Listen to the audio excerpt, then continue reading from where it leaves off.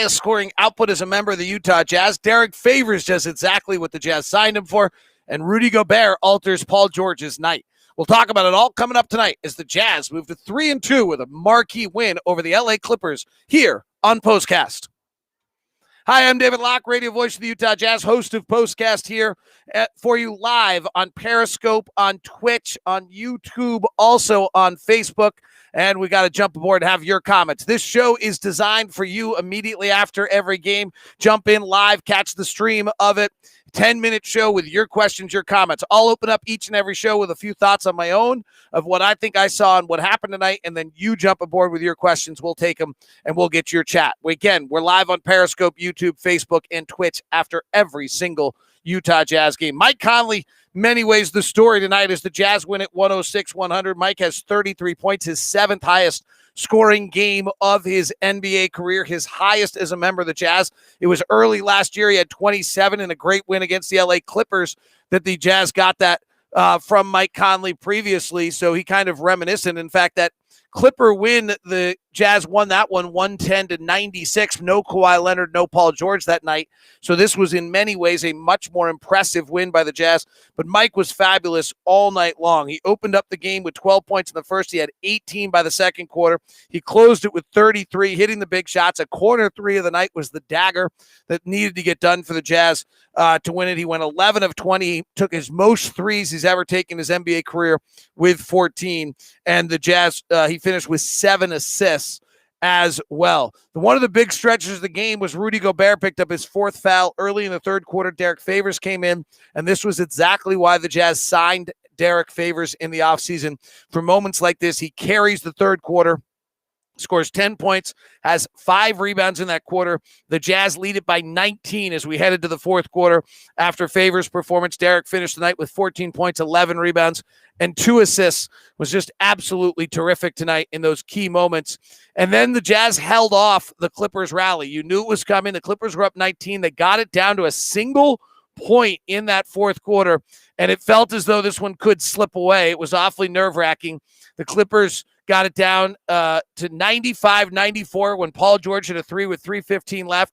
But Joe Ingles found Rudy Gobert for a layup to make it 97-94. Then Serge Ibaka missed a hook shot and a three-point shot. Mike Conley answered with that corner three from Donovan Mitchell to make it 100-94. Patrick Beverley missed a three, and then Rudy Gobert got a beautiful layup from Mike Conley as he pinned Nicholas Batum under to make it 102-94 and virtually clinch it for the Jazz in the key sequence of the game.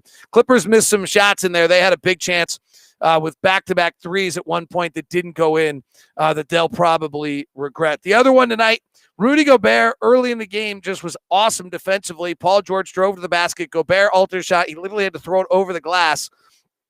Paul George's box score line looks okay now.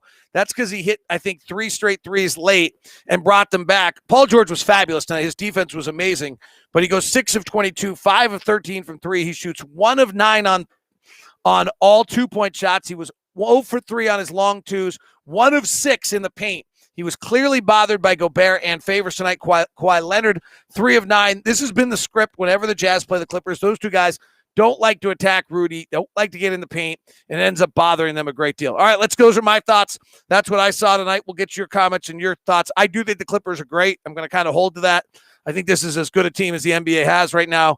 I think they have incredible depth. They're so long on the floor. This is a fabulous win for the Utah Jazz. All right, let's get to your comments and your questions.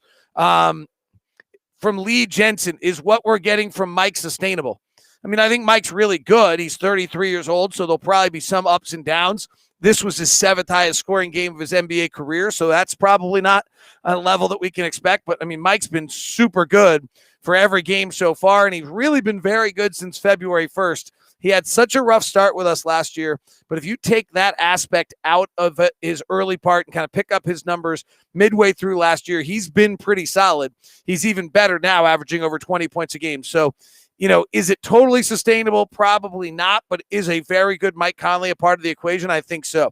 Jacob Yates on YouTube says, Mountain Mike bringing it plus 24 is crazy. It sure is. Rob Alvarez says defense has been okay. Imagine if we start hitting our 3-point averages. Defense tonight was really pretty good until the Clippers' fourth quarter, but you kind of knew that was coming. The Jazz defensive rating in the first quarter was an 86.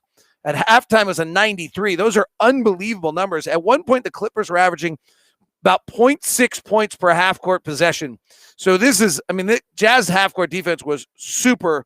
Then actually Zubac started making a bunch of plays as the Jazz were hugging on shooters and hugging on ball handlers, and that kind of opened things up a little bit. The defense rating was a 97 through three quarters, and then by the end of the night, it doesn't look as good because of the deluge of threes late, a 111, but I thought the defense was pretty good tonight. Tyson Tanner says much better ball movement tonight. That was the key, getting into the moving offense quicker. Phoenix really got into the Jazz, played them physically. Jay Crowder knew what the Jazz were doing, and the Jazz were undone last night. So you're right. Much better ball movement and 28 assists was great. Woo! What a rush of excitement, says Paul. I think we all agree with that. Josiah Johnson, how has the coaching staff turnover affected the team? Particularly how has losing Johnny Bryant affected Donovan Mitchell? You know what? I'm sure it has some effect. To say that they have no effect would say that they had no value. That's probably not true.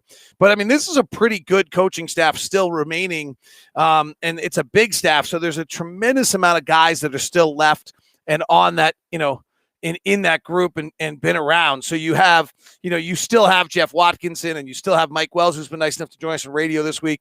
You have Vince LaGarza. You added Keon Dooling, who brings a very unique perspective to the league. You're adding Dell Demps, who's been had great coaching background. So I think this staff is still super solid.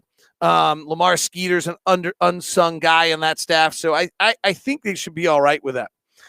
Conley looks like he is very comfortable. We lose this game without Favors. Oh, no question. This is exactly why you signed Favors and got Favors, was for that third quarter to hold down the fort while Rudy was out. From Jacob Yates, I hope Bogey's efficiency can pick up. He does not look great, and at the rim, he does not look great. I think that will pick up, so I wouldn't be that worried about it. Daniel says, good win against a good team. Conley's been our best player so far. Good to see. Go Jazz. Matt James says, great win. How do you beat the Clippers but not the Wolves or the Suns? Sometimes these things go together, right? You beat the Suns last night. You probably don't beat the Clippers tonight. So they all kind of work in, it's the butterfly effect. You can't go isolate it in that level. Spencer says, what's up with Bogey and Don? Love those guys, but they just don't seem to click in the offense. Donovan's getting into funky spots on the floor, so that's one thing to kind of keep an eye on. I think he'll get more comfortable with that. His off-the-bounce three is not good right now. He hit 2 of them tonight, which was a nice start. He's only hit 2 of them all season before that, so that's heading in the right direction. And remember, Bogey's the one guy who hasn't played in 9 months, so that might be certainly be a part of that. Let's go to Alex. Pat Beverly gave us fits defensively. Yeah, what did he take, like 11 charges tonight?